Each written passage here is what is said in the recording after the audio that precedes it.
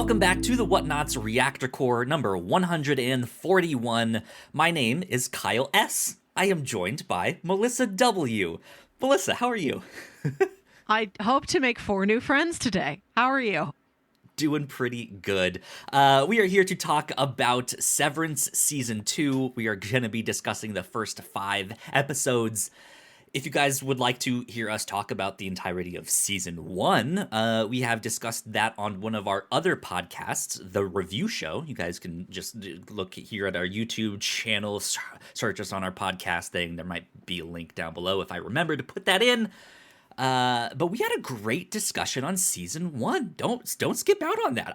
I thought it was awesome. I look back on that one and I'm like, I think that was one of the best ones we've ever done. We're really on fire when there's a mystery we're fascinated with. Yeah, indeed. Man, the long-awaited Season 2 of Severance is finally here. We are halfway through it right now. Melissa, how are you feeling? Where's your excitement level at? Do you have some kind of general thoughts that you want to share so far on Season 2 here? A lot has happened. We are farther along than I thought we might have been at this point. Okay, interesting. And it's asking a lot of... I like the specificity of the questions the show is asking. I love when a show gives you specific questions, not just a general aura of, huh? What's happening? Right, yeah. Which I still have the, I don't know what's happening.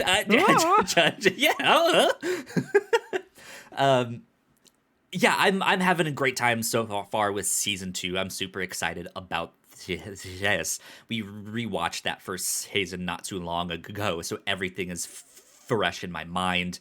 I think since having done that, it's really neat to see certain themes brought back into Season 2 but expounded upon. And like, okay, well, we kind of introduced this in Season 1, but now we're doubling down on this, so to speak. And to see them do stuff like that, I think is really fun.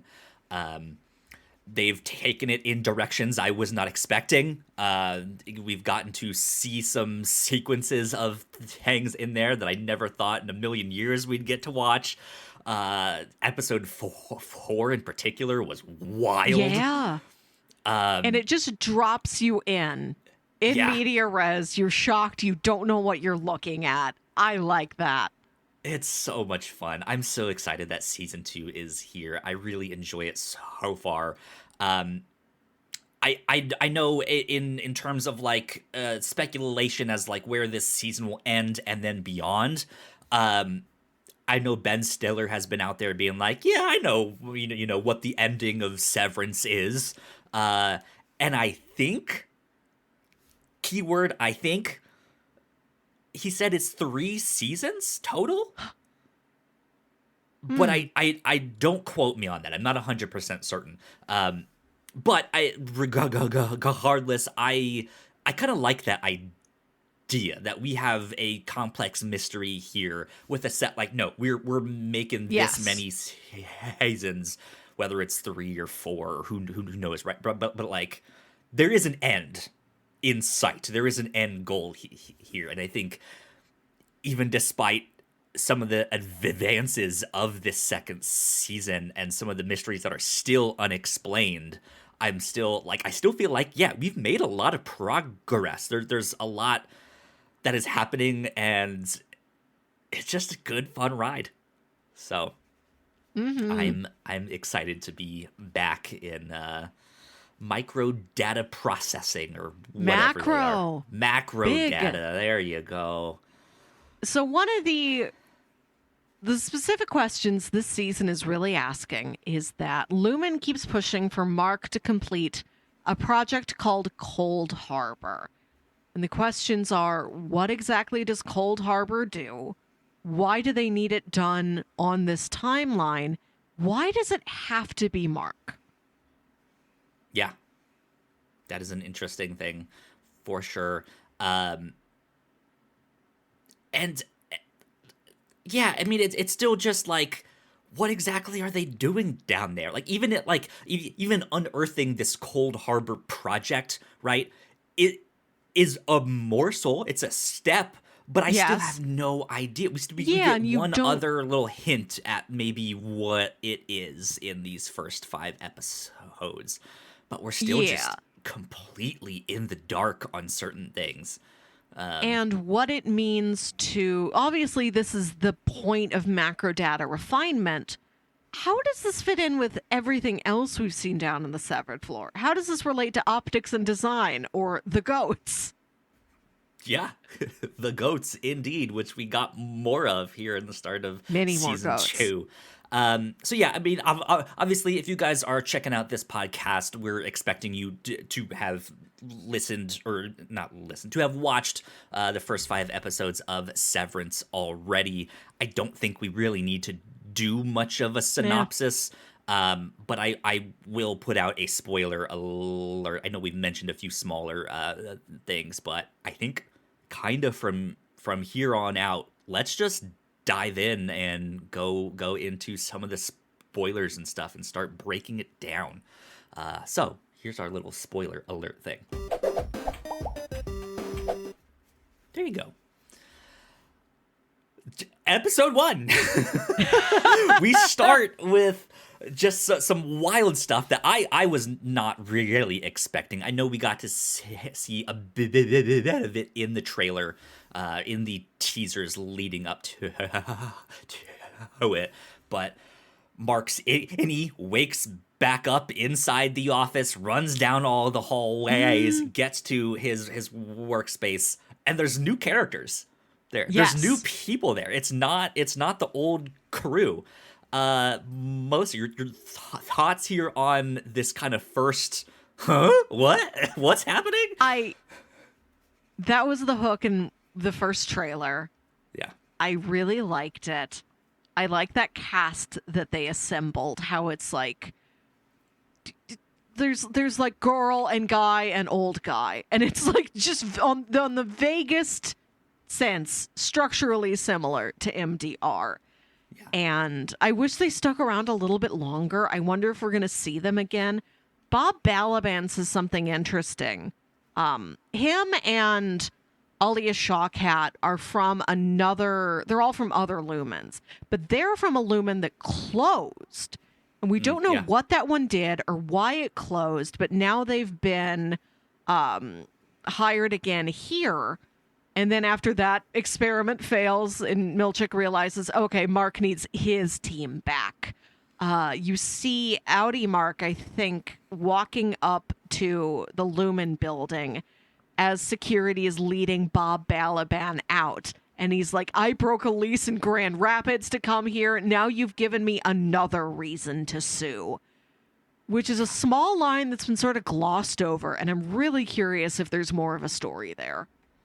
Yeah, I mean, I think what's interesting to me about that whole thing is that much of what we learn about Lumen and Kier and the weird, mysterious lore around him, it's all centered in this location, this town that they're in, this town of Kier, or wherever they are, which is, it's still, like, is it in Minnesota? I don't remember exactly where they say it is, or in New York or something, right? Like, have you been watching the Eric Voss breakdowns? I have not. None of the new Rockstar stuff. I think they've mentioned it once before of like where it kind of is.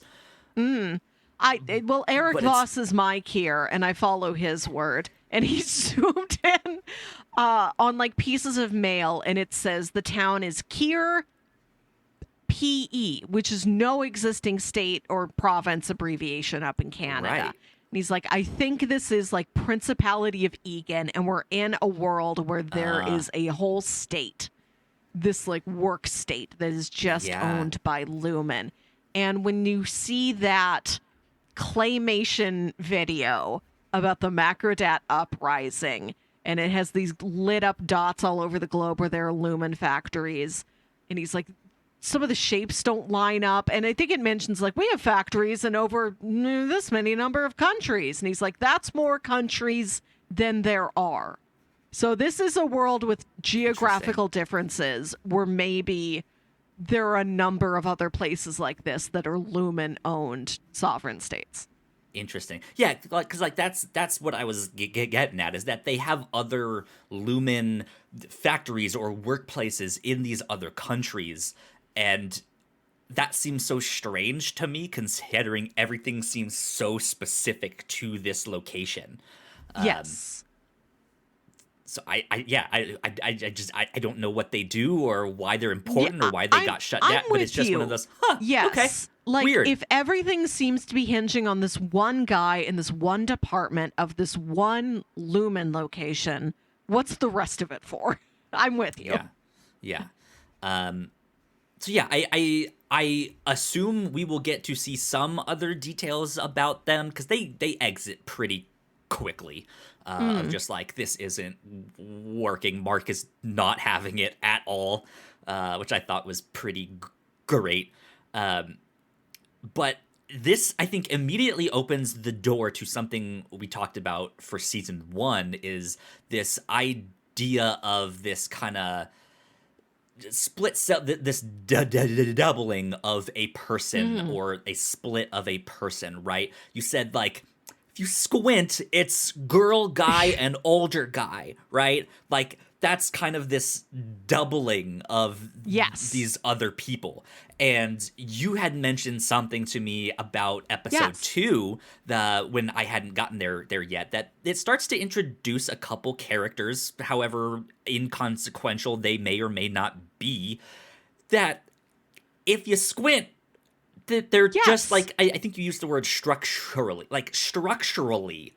are very Right, similar. like, we meet this new, I don't think he's new to the world, but he's new to us, Mr. Drummond, this like security guy, this higher up at Lumen, who just in that he's like a bigger guy with similar hair and beard, kind of looks like Rickon. Yeah. Not to the point where I think, oh, that's his long lost brother. Like, I don't think there's Yes, yeah. actual connections, but it is interesting that they look similar. And then in that episode, we see Audi Dylan go on a job interview at the door factory. That and the whole guy scene is amazing. I love that scene. that guy he's talking to looks like him. Again, just in similar build, similar hair and beard. That's really all it ever is. But, and I watched the new Rockstars breakdown, and I think it mentioned that's an actor who had worked with Ben Stiller on The Secret Life of Walter Mitty. So I don't think these people are being cast specifically for a passing resemblance to other people already in the show. But it was just enough that I decided I'm going to keep an eye out for this. Yeah. Because just the show thematically, it's interesting. Right. And the show takes it a step further once you get down to episode 4, which I know we'll get more into down the road here. But they introduce this idea of Kier having a twin.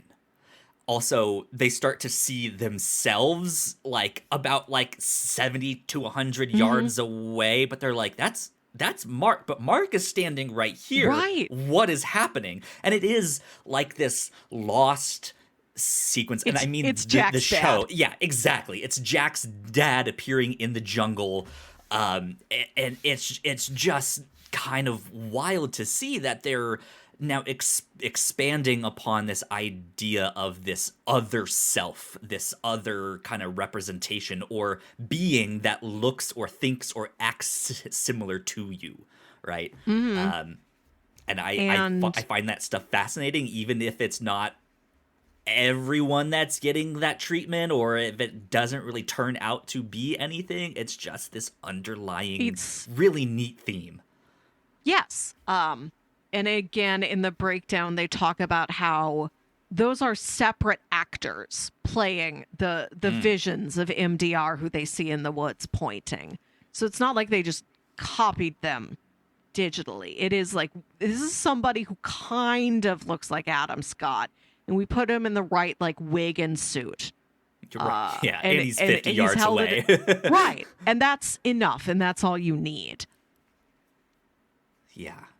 It's freaky, though, to see like all 4 of these others standing up on top of the waterfall and all Right. that. Silent. They're in ostensibly like a forest in the middle of winter. The Yeah. innies are all decked out in like fur coats and hats, but it's unclear how real of a space they are in. It's not a space we've ever heard of before, and I don't think Milchick says your Audis approved this. They are aware that you were going on this outdoor team building Ortbo. occurrence. Ortbo. Outdoor retreat team building occurrence. But it's not clear if they said, we will be taking your innies to X place. It doesn't appear that, Audi Mark knows where he was, just that he did something outside. So we've no clue as to whether, is this a real place, this Dieter's forest?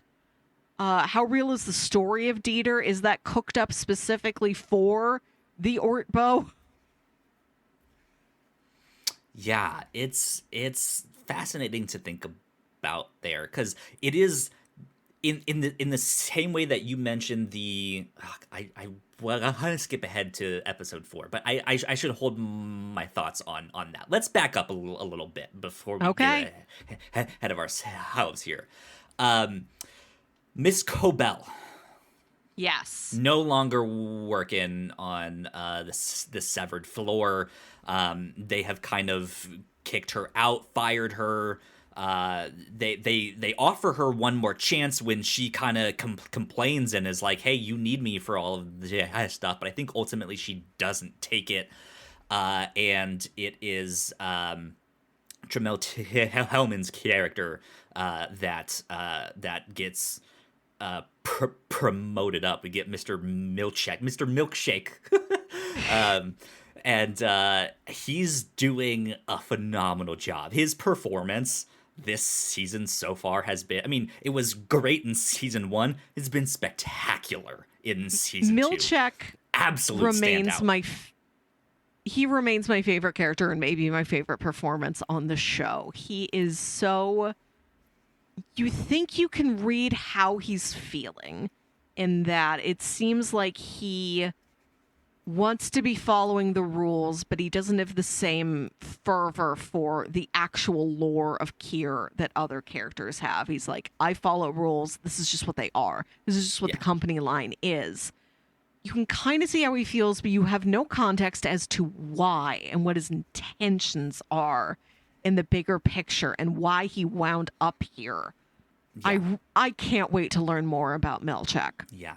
That's the thing I wonder about the most is his backstory. I think what's interesting to me about him is that he's still kind of following some advice that Miss Cobell gave him. This idea of the best way to kind of control them and tame them is to make them think that they're free, right? And so it is this idea that he's kind of just bending over backwards to give Mark and his team what they want, but he's trying to do it in a way that is approved by the company, right? And so Mark gets the team back together.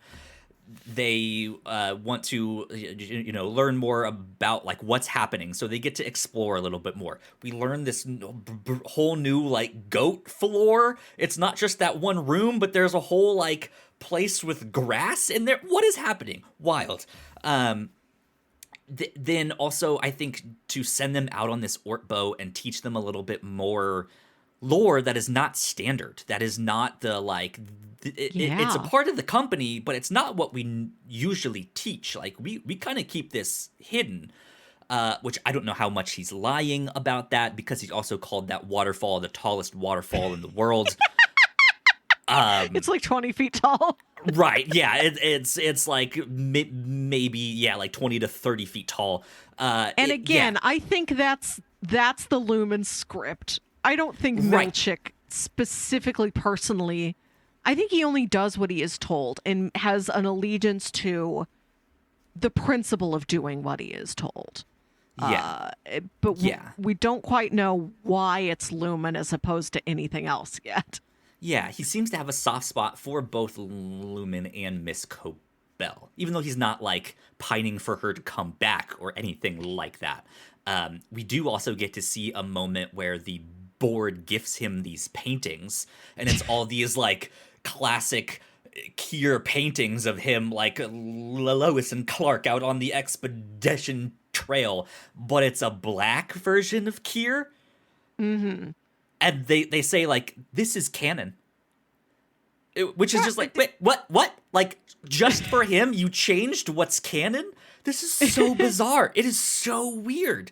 But then And- when to me, what has stood out the most is when he's then talking to, I don't remember her name, but the Natalie? surrogate, Natalie, thank you, the girl who talks to Yes. the Yes. board, and he's trying in what is maybe his most like defenses down moment of Yes. just trying to gauge a reaction of like, hey, you're another black person. How did you feel when you got this stuff? It's kind of weird, right?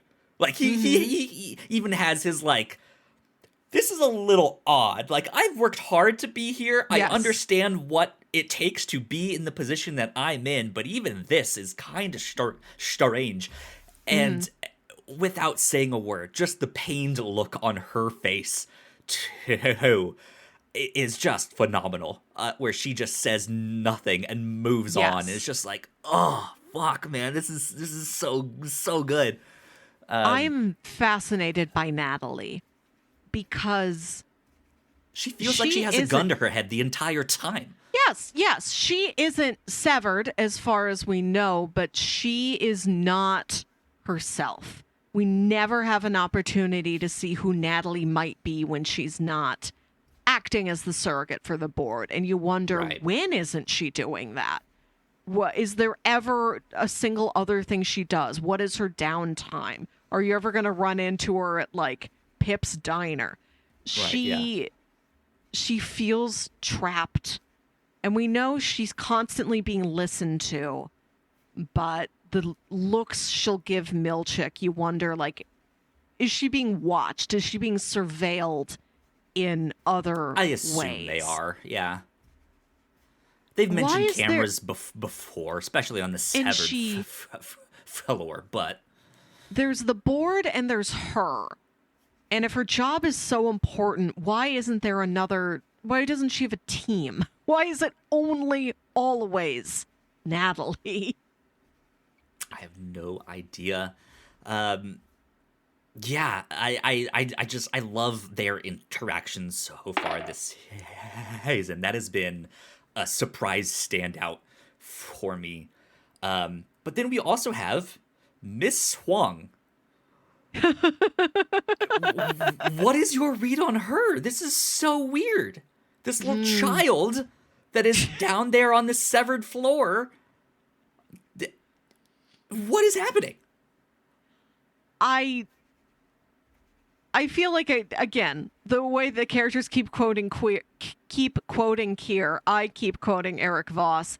He believes in season 1, Mark talks about how him and Gemma had trouble trying to have a baby before she died.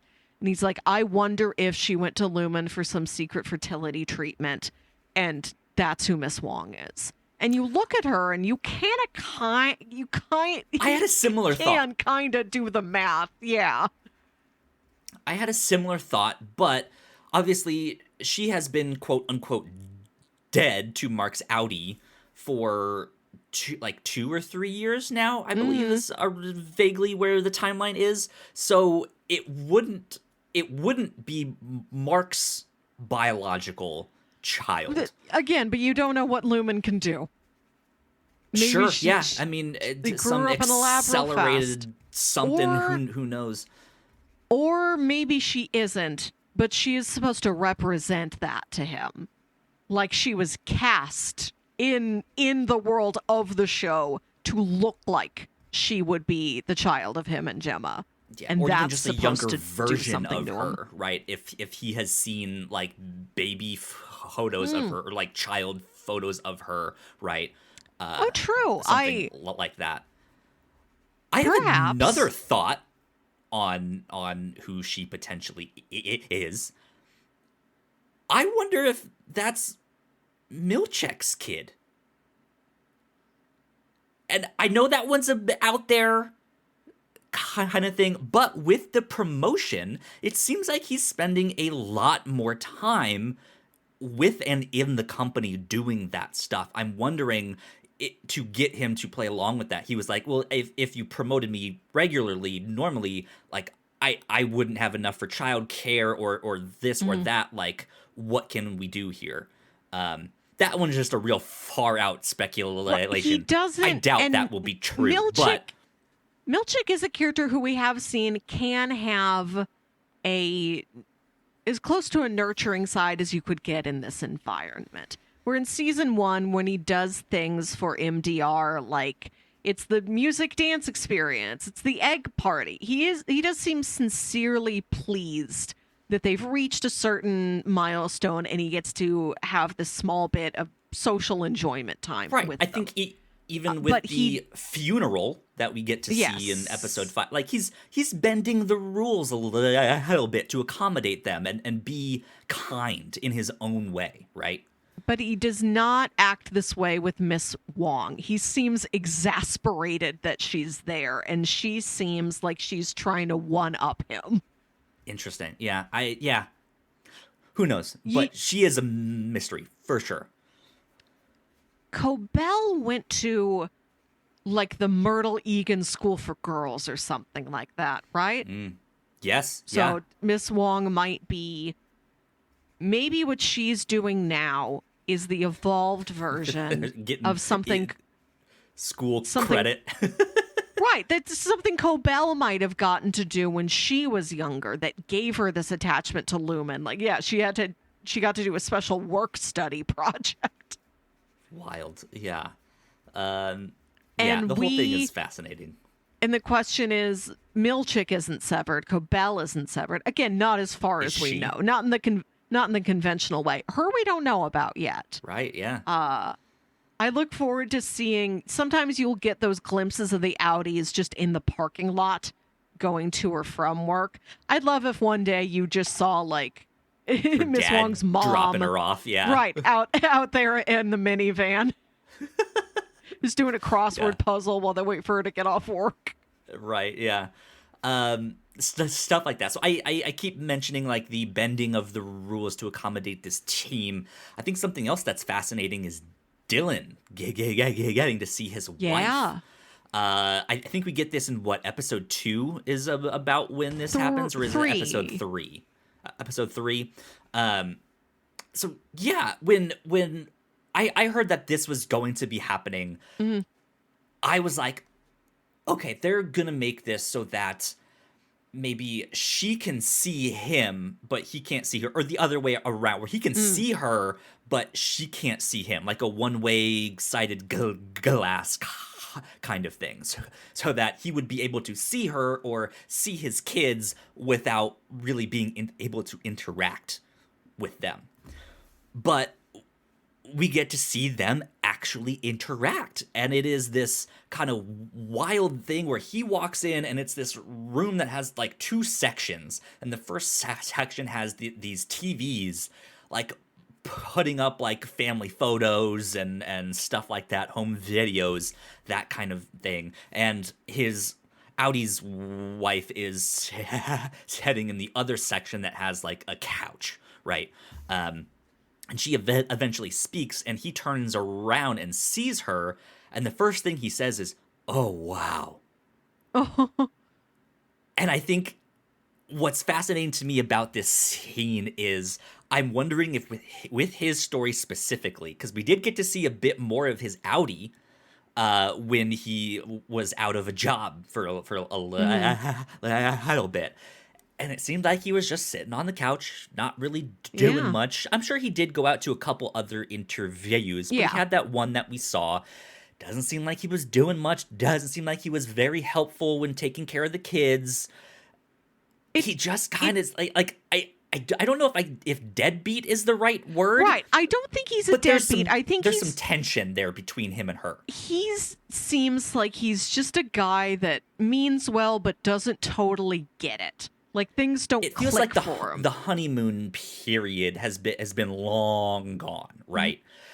I think they love each other, but maybe she is Right. frustrated that he just doesn't have The sense of ambition adventure. or follow Right. through. Yeah, and Exactly. he's just not a very capable man. Yeah. And I think she's really feeling kind of lonely or unloved in his kind of just I'm just gonna sit on the couch and hang out, right? And when he sees, when the innie sees her, he's just like, oh wow, like that's my wife, and he's kind of stunned, like he's awkward, but he like doesn't know what to say exactly. He's kind of fumbling over his words, but not in the like way that Dylan kind of sometimes fumbles over his words normally. We see like I think he's got the hots for his Audi's wife, and I think Cute. she's recognizing that, and I think that is such an interesting twist for their relationship. Of she's gonna be falling in love with the innie version of him down the road. Who knows how much of that exactly we'll get to see, but I think that will be like an underlying theme of like she's kind of fascinated by just kind of how down to fight he always is, like how riled up he always gets as an it, like when he's down there with his team, he's actually doing something and taking on this company in his own way, right? Like Yeah. He's assertive. she's noticing that. Yeah. So I thought that was fascinating to see and think about and on I screen. think it's a good conflict that he's striving for, that Milchick says we are working on a innie outie visiting room. We're like, your outie's family will come and see you, and you'll get to meet them, and which does sound like it could be beneficial for both parties. The feelings around Severance seem complicated, but she did seem willing and interested in going to meet him. He really liked meeting her. You can see this being applicable in more situations, and how it could be something positive. And Milchick says, don't share this with anybody else. Not everybody is the family situation you have, and we don't want them getting jealous. Which... Or it, right, if Irving hears about this, he's like, well, how come I can't see Bert G, right? Yes. Like, and they're like, that's its whole other thing, right? Mark's situation is complicated too, right? Right. So it's both that Milchick kind of has a point, and you do wonder if he's like speaking for himself. If he is a man who does not have a family and his work has to be his family, and it pains him that he has to play this manipulative role for the sake of the company. Yeah, but it is something that Dylan feels like he has to keep a secret. That there's this thing that's driving him. I mean, Milchick, and because it's driving him with taking that away down the road too. So, and because it's driving him, it is driving him away from things like the interests of the rest of his team. He can't be there for Irving the way he would like to be there for Irving. At the end of the Ort Bow, he's standing up there on the hill just helpless because he's like, he knows, like, if I do anything to interfere, I'm never going to get to see my family again, but I can't tell anybody that. Right, yeah. Going back to the scene where he interviews at the door company, when that man... Hot. when that man asks him what kind of door he'd be, pocket door is an interesting answer, because a pocket door, it's a rare kind of door. I think I've only ever seen it in a private home like twice in my whole life. I don't even know what a pocket door is. Let me see if I can look one up. It slides into something. It doesn't have hinges. It doesn't swing in and out. Oh, it's just like a sliding door, but it goes in the wall. It goes in the wall. It is something hidden, which is thematically exactly what Dylan is. He's this part of himself that can be absolutely hidden away, and you had no idea it would be there at all. Yeah. That's fascinating. Interesting. Let's talk about Irving real quick here, because he is obviously trying to get back to Bert G. and see what the deal is with all of that. The story of Dieter Egan going to the woods to masturbate and then the woods turns him into the woods did make me think of when Irving and Bert have that meeting in the room where they store all of the With all the artificial trees. trees. Yeah. And they like will only like touch hands and rest their forehead against each other. Like they're both, and I think Bert was the one who was more willing maybe, and Irving was still like loved Bert, but was also caught up in his religious devotion to the word of Kier. Right, yeah. And how like this would be against the rules. And maybe even if he hadn't heard that story, the echo of it is there. The the trees are there as a cautionary tale. If you kiss, you're going to turn into a tree. Don't jerk Don't off, go touch- kids. Yeah. Don't go touch anything. Forehead touches only. Leave room for Kier. 3 inches for Kier. You know that they've had dance experiences with stuff like that. Leave room for Kier.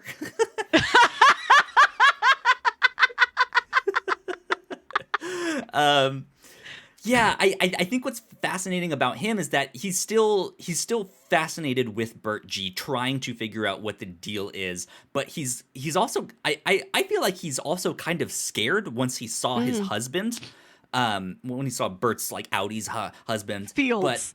But yeah, I love but that his name is Fields.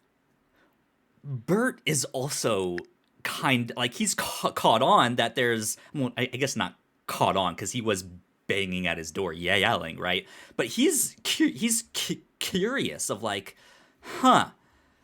so I was told that I got fired because of an illicit like sexual relationship, and here comes this guy banging on my door, looking for me, and then all of a sudden doesn't remember me. Like, what is happening here? Something's not right. And so he's kind of putting 2 and 2 together, even if he hasn't fully figured it out yet, even though maybe he kind of has.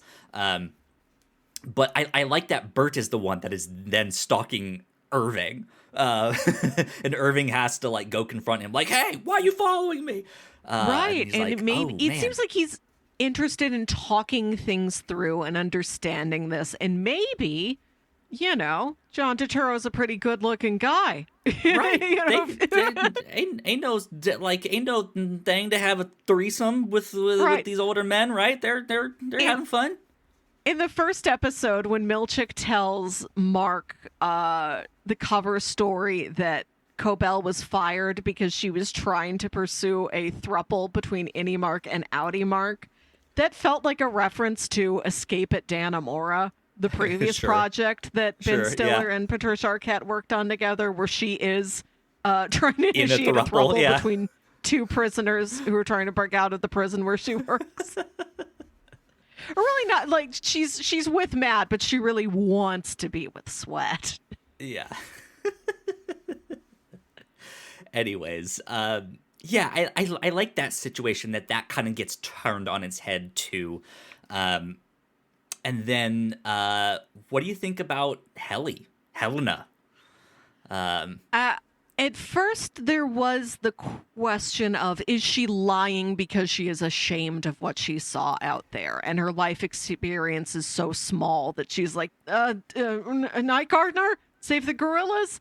But then, yes, it is pretty quickly apparent that is Helena Egan. Yeah. I'm curious if we're ever going to... Oh, go ahead. I'm curious if we're ever going to find out what the R comes from. Like, is there did she pick a letter at random? Name? Was this assigned to her? Yeah. I wonder if there's any meaning to why Helly R is Helly R. I think it's in the second episode, maybe.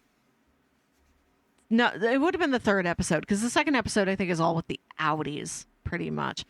When her and Mark are, like, together in the hallway when they're going to go find the goat room, and he kind of looks at her like, are we going to kiss again? And she, like, doesn't really... She's so uncertain in reacting back. That would not be Helly. Helly's very that was the direct moment and I was assertive like, that's and not knows her. what she wants. And it's fascinating that when Helena sees the video of Helly and Mark kissing, it seems to like activate something in her. And I wonder if the Egan family, all of your relationships are like dictated to you. And, maybe you would have to be in an arranged marriage, or maybe because she's the scion of the company, they're like, your life is your job. Don't get into any romantic entanglements. They won't help the job. Maybe she's never been kissed, never really had romance in her life, didn't know it was something she could be capable of. I think even something that we touched on when we covered season 1 is what her relationship with her parents are, and the other Egans. Yeah, and it felt very cold and Yes. unloving. So I think you're right. You're onto something here, that she's realizing that her innie has found love, this thing that she wants and covets and has not gotten from her family. And she's kind of fascinated by that and wants to be a part of it.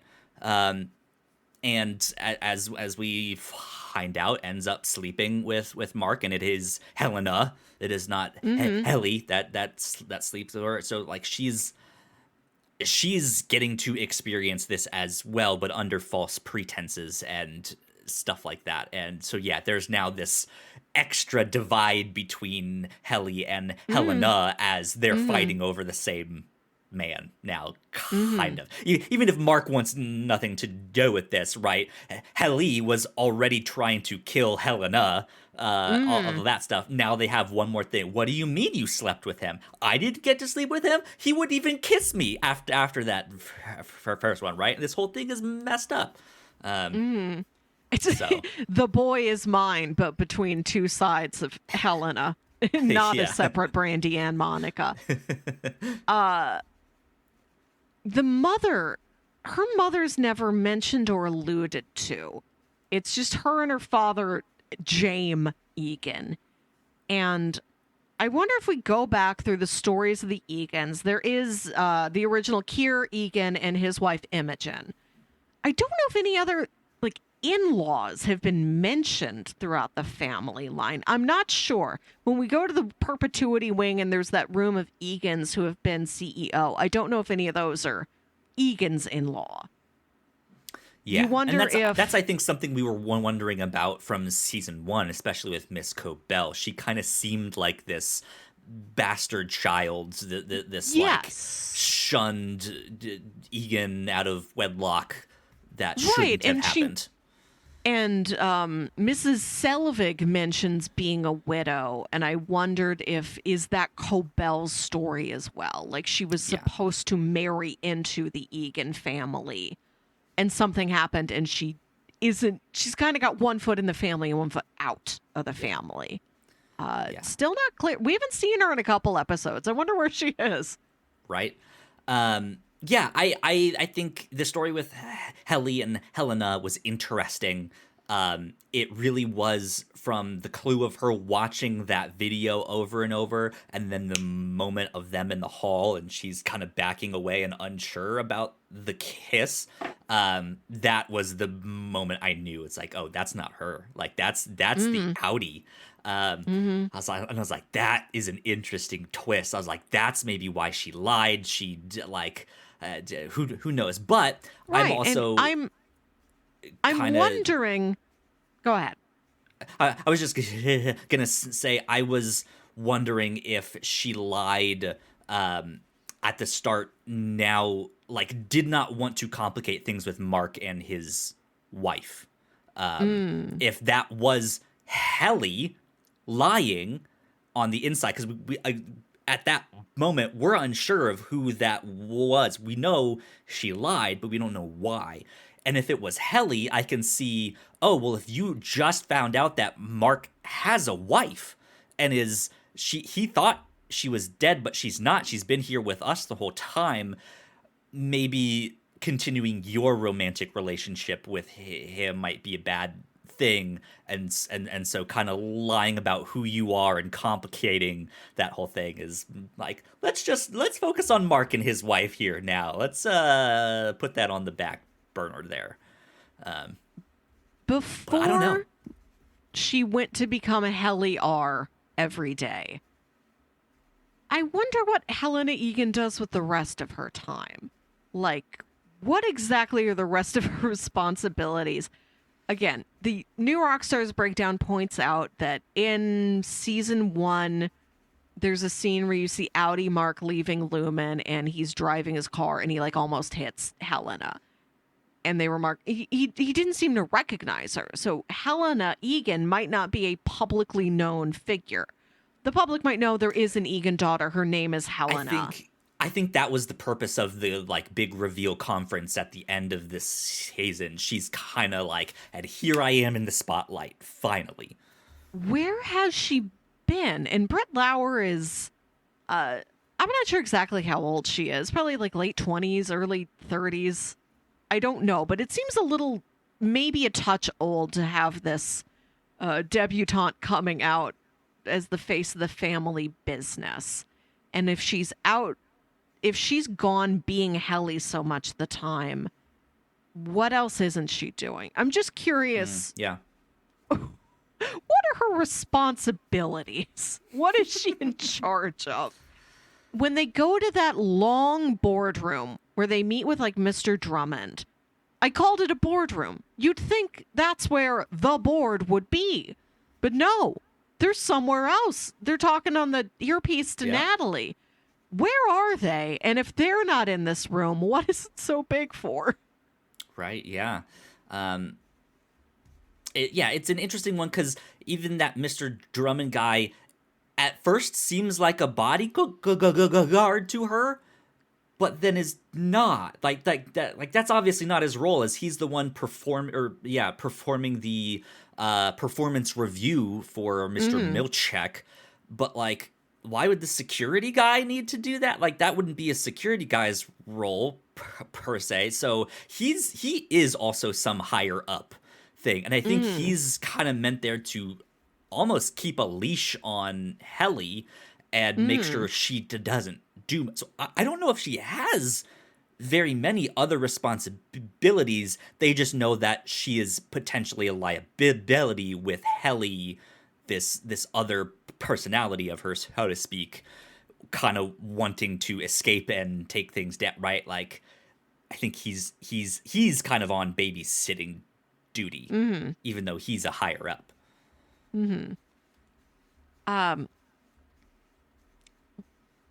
What's interesting to me about the situation with Lumon is that it's not clear how anyone really profits. Nobody there seems like they're having a good time. It's not like we see any of the higher ups or anyone from the Egan family truly living it up, truly living off the profits of their work. What does anyone get out of it? What's the benefit? Yeah, I mean, that's part of the whole mystery of what does Lumon do exactly. Because I think even Dylan's cul-de-sac was shaped like the Lumon logo. It was that water droplet shape. Like, there's so many weird things about what they do. And I think earlier on we mentioned like that other hint of what it is that MDR is doing, and it's when Mark sees the face of his wife in the numbers of that stuff. And I think one theory out there was like they're sorting people or something like that. Yeah, they're that, as far as I know, that's the leading theory, that they are trying to raise the dead. That's what Cold Harbor is. And Gemma's one experiment along the way of ultimately resurrecting Kier, letting there be an eternal Kier. Interesting. I don't know if I would have gone that far to say it's they're raising the dead, but somehow like just putting people into box, right? Just like sorting them of like, I get this vibe from you, I get this vibe from you, and that vibe from you, right? It's just so vague. We still have no idea what it is. And I don't even know, like, this is one of the things that I think we've learned from Lost is that we might never know exactly what it Yeah. is that Lumen ends up doing with all of their stuff. It might just be more so on the journey of these characters fighting for their freedom and against this corporation, right? You look like you're about to chop the computer screen. I just What's up? realized something. Do you remember when we talked about Severance season 1 and I remarked that the board is only ever referred to as the board? I'm Right. like, wouldn't it be shocking if it literally was a board? Like a plank of wood? And then we get a story about a man turning into a tree? Oh, sure. Yeah. Huh? Wild. Anyways, Helly's story kind of culminates, at least in these first 5 episodes, with Irving basically drowning her, having figured out that this is not Helly, this is Helena. This is the Egan. And that whole thing is wild. They send him off. Let's dive into this 4th episode here, because I think there's quite a bit to talk about just on this episode alone. I was not expecting them to have some kind of outdoor retreat at all, but I think the imagery of where they are is just spot on. The like stark white snow Yes. and the expansiveness of that Yes. is exactly like their stark white hallways that just Yes. seem to be never ending Just the in same, but there, right? outdoors. Yeah, exactly. And like as this is playing out, as these characters are waking up outside in the snow in different locations, I'm even thinking of like, well, are they outside? Did they escape again? Is this a jump forward? Is this like the Lost thing where it's like it's a flash forward? What's happening? Or I'm sitting there like, do they have a hologram room somehow? And this is just a weird like simulation? Yeah, but We don't know that for sure yet. Yeah. I guess. Yeah, I don't think it is. But yeah, it's just kind of wild to see them venturing and roughing it in the outdoors, and then all of a sudden, yeah, they're like, Lumen will show you where to go, because there's just this TV sitting up on the edge of a cliff. Like, what is happening? And then, yeah, they look in the distance, and there is this like doppelganger mark just being like, that way. Like, without saying anything, he's just like 60 yards away. Like, this whole thing is creepy. I got big Yellow Jackets vibes off of this thing. Of course, that is also kind of what they're going on here of like, let's put them out in the woods. I think one of the things that the Lumen higher ups are trying to do is to quell them and to kind of not divide and conquer, but to kind of let's calm down. You guys don't need to destroy our company or any of that stuff. Let's stamp any of those desires out. And I think that's part of what this outdoor adventure, this Ortbo, is. They're trying to get them to go Lord of the Flies on each other, right? To not work together, right? It is, in a sense, a union busting tactic, right? Like, let's get them to turn on each other instead of working together and using that collective power to actually make a real meaningful difference here. And this is where they are confronted with this secret cave that has this secret book, this like apocryphal Kier journal that is just absolutely wild. He has a twin who jerks it in the woods and turns into a tree. Helly just finds the most ridiculous thing, or I guess Helena finds it the most ridiculous thing, but I think she's also kind of planting the seeds of like, let me push Irving's buttons here, because I know he's a little bit more religiously minded and stuff, and she's making fun of that. Even though this story was new to the innies, I wasn't clear on whether it seemed new to Helena or not. The fact that she reacted the way she did to seeing Helly and Mark kiss, like this was something forbidden to her. I wonder if that is the line of the Lumon family is sex bad, pleasure bad. You have a Maybe. frolic is one of the virtues, but we have a very narrow window of what frolic means. And I'm curious how they generate more Egans. I have a feeling it's not the old-fashioned way. What do you mean I can't go frolicking in the bushes? Wink, wink, nod, nod. No, it just that is kind of one of the things, and I'm wondering how much more of it we'll get to see, or if they're done with that bit with Helly. Is it her innie or outie? But also, that's now turning into what's happening with Mark as he's kind of undergone. He's started to undergo this process of reintegration without telling anyone. So he's also gonna start to be like, which Mark is this right now? And I can see that kind of causing some division in the team after what they experienced with Helly, right?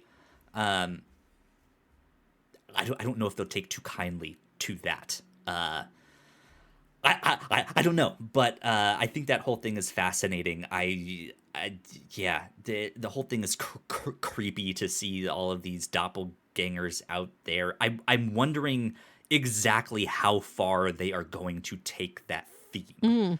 What else can they do that has this like theme of doubles or some kind of split identity, split personality thing here? The show is great about baking that theme into all of these tiny references. Like Dylan saying he would be a pocket door. Like at the end of episode 5 when Mark starts, he's been integrated. Shocking that it happened that early. Maybe it needed to happen so early because it is a process to get there. He doesn't turn into Petey all at once. With how severe we saw Petey, it's a longer road for Mark. Yeah. When he starts hearing things that Gemma as Miss Casey told him in the break room about his outie, she says he considers 2 scoops of ice cream his serving, but they must be of the same flavor. Again, this doubling, this interesting. wish for consistency, wish for comfort, for sameness. And is it anywhere outside of ice cream? Is it possible to have that? This is a question I have. Okay. We've seen that pain and uncertainty can bleed through between innie and outie. Can the same happen with happiness? We've only seen it with negative emotions. Right. But Intense happy. Maybe that's why they've banned sex. Right? Like that orgasmic pleasure. It could be something that has that obviously builds an attachment to a person if you're having sex with another person. That could be something they're trying to avoid. But I'm also do they know? How does the waffle party fit into this? I wish I knew what a standard operating waffle party was supposed to include. Because Dylan sneaks out of his so we can institute like Operation Overtime. What normally goes down in a waffle party? As like BDSM coded as that waffle party is, I don't think it's meant to be sexual. Like you know what I mean? Like it is meant to be like Egan beats the 4 whatever they were into submission, right? But it is I think it's playing on some of that imagery to maybe fall in line with that way of thinking a little bit more. Like, oh yeah, this is fun. I like that, and like they're playing on that sexual dynamic without it actually being sex, right? I mean, because on the other end, I get you can have good, satisfying sex without actually climaxing every time, right? Like that's possible, but who knows? That's they're so weird. Everything is so weird about Lumen. It's just I feel Right. like Why a is lot of this stuff is going to be red herrings or stuff we don't really find a true thematic answer window on. dressing? Yeah, Right? Yeah. things like the shoe in Nope. Why is the shoe standing up like that? Oh, think about it. Yeah, how did Dharma Initiative really get their funding and all of that stuff, right? Mhm. Yeah. So at the end of this Orc Bow episode 4, Irving is let go. All his files are deleted. All it's harsh, like what they do to him. Mhm. It's not a retirement like they gave Bert. Um, it is this like we are scrubbing you from our books. Period. Like you will Yeah, have not existed to us. they erase him from the photographs. They remove his Yeah. desk. There's never even going to be a fourth person there. Yeah. Heartbreaking. It's kind of wild, but what a way to end that episode. That was so intense. I loved it. And then in episode 5 here, yeah, the team Dylan specifically is asking for a funeral. He's like, "This is not a retirement. You killed him. Like Mhm. he's dead to us. Yes. Like we will never see him again." Right? Like you aren't gonna bring him back, and they're like, "Yeah, no, we're not gonna bring him back." Um,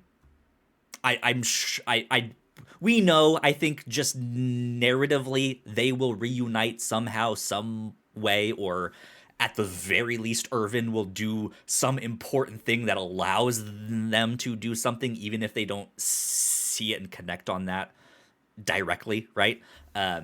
He'll do something important that enables them to take down Lumon or solve the mystery or what have you. But yeah, what did you think of this melon head? This creepy little melon head. I I love that melon's their answer to everything. Everything, yeah. And it's like the mirroring of they put the images of their employees on so many different objects, all of which are the food edible, the balloons they're going to deflate. The glass, the crystal prisms are the only thing of permanence. I mean, you And can there's still the break them, right? Yeah. They're repeating yourselves at you, but in this transient, dissolvable way. Yeah, it's really weird. The whole funeral thing is just kind of awkward. Though I do love Dylan's little speech. Uh, his whole thing is hilarious. I love him. He's so Forgot good. later and drank it anyway. Yes. He's so good. And then He's so good. Audi Dylan got one of those little cards that's like, Annie was injured moving a water cooler. Here's $25 to Pips. Right, yeah. You're a Pips VIP. Yeah, I love absolutely. Mrs. Huang sincerely wanting to play the theremin. I like how she's really into the theremin. She's like, "Oh, this is my thing. I can play the theremin."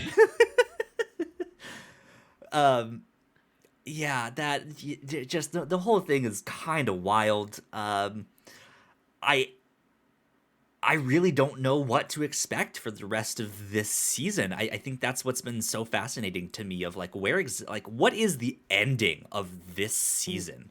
What happens in 5 episodes? Well, I think Mark is close enough to Cold Harbor. That could be completed in the next episode or two. We saw him working. He ticked down a couple more percentage points. He's in the 80s. He could have this done in like a couple days in the time of the show. Yeah. What's down in the exports hallway? Sure. Why did that Do we guy get need to those see the- dentist tools? Do we get to see the goats again? Will the goats be let The goat loose? people? Yeah.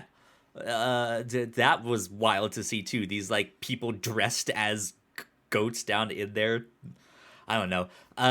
Yeah, like it's just this kind of swirling mass of stuff that we don't know how it's all gonna, or like when these shoes are gonna drop.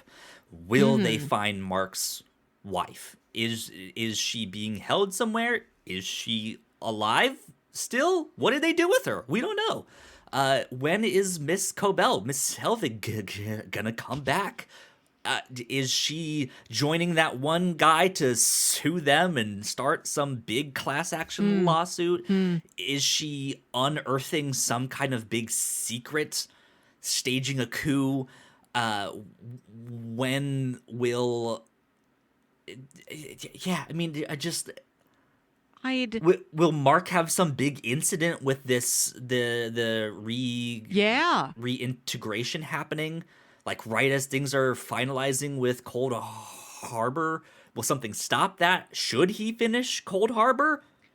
What is and when Mr. Drummond says when Mark S finishes Cold Harbor, it will be one of the most incredible moments in human history. What does Right. this mean? Look, man, that waterfall wasn't the tallest. Is this just like a check on some spreadsheet for you guys that like that's all it is? But you want to instill in the team that, man, human history wouldn't be the same without you. Mm. Um, I think we read I that don't know John where this goes. I think we read that John Noble was supposed to be in this season. Haven't seen Oh, John that's Noble right. yet. Oh, John Noble. What is John Noble gonna do in this? Is he a board member? Is Hmm. he Miss Cobell's husband? Is he an Egan? I think he's an Egan. I think he's got just enough of a resemblance to Britt Lauer. Like looking at her and then looking at him. I don't know. Their mouths are vaguely a similar shape. You'd buy him as an Egan. Is he like a CEO or something of another branch? Um, I still want to know what happened to those other three. Right? Is he somehow Right. And involved with them? what's the deal with the one? I think his name was Dario, the one where he still had a perpetuity wing. They insisted it still have a perpetuity wing, but they had no money, so it's just paper plates with Lumen faces printed on them, like stapled That to was, I think, brooms. the one in Italy that they had. Yeah.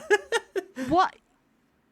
If you don't have the budget for it, why is it still so important? Why can't it be a picture? Why does it have to be a physical representation of them made out of broom and plate? Right, but like that's again, this show also has very like anti-corporate, even starting to reach into like anti-capitalist sentiment. And that's kind of one of the things as you get other branches and start to spread out, how much does the culture of the original place, how much does that spread out to the thing? How much does it actually matter? Or Hmm. are these other branches focused on other specific things? That the perpetuity ring, even though it's required, like they don't really need to do that. That's not what they're there for, right? They have something else. Um, I don't know. It's just it's an interesting thing to think about because I know that has happened to businesses, other companies, other corporations that just like the new one that they opened up in Florida doesn't do so hot. It's just not the same, right? And so it's kind of lackluster, and Hmm. I don't know, but I'm excited. I'm excited to see where this goes. If they keep just hitting us with these bangers, though, Yeah. man, this has been great so far. So, They knew the anticipation was high. They're really delivering. indeed, indeed. Any other kind of final things you want to mention? I think we covered most of it, or most that we Yeah. have things to talk about Yes. so We far. we will reconvene at season finale. Yeah, yeah, we will reconvene down the road. So yeah, be on the lookout for 5 or so weeks from now when the rest of this season is out, and we will have the answers for a bunch more things here in season 2. I'm sure we'll have yet more questions for us to answer and to look forward to down the road. But that is about it. So thank you for checking out this podcast. We hope you enjoyed it. Melissa, where can the people find you on the internet? Just write me an email, the old-fashioned way, at yourhostmelissa@gmail.com. Perfect. If you guys want to find me, I am at Kyle Springer. If you guys would like to stay up to date with everything that we do here at the Whatnauts, we are at the Whatnauts Official on Threads and at thewhatnauts.com on Blue Sky. So please go like, share, and subscribe. Y'all know the deal with all of that. Plenty more videos on that side of the screen. If you're watching this on YouTube, go check those out as well. And yeah, this has been number 141 of the Whatnauts Reactor Core. We will see you all next time. Bye. Bye.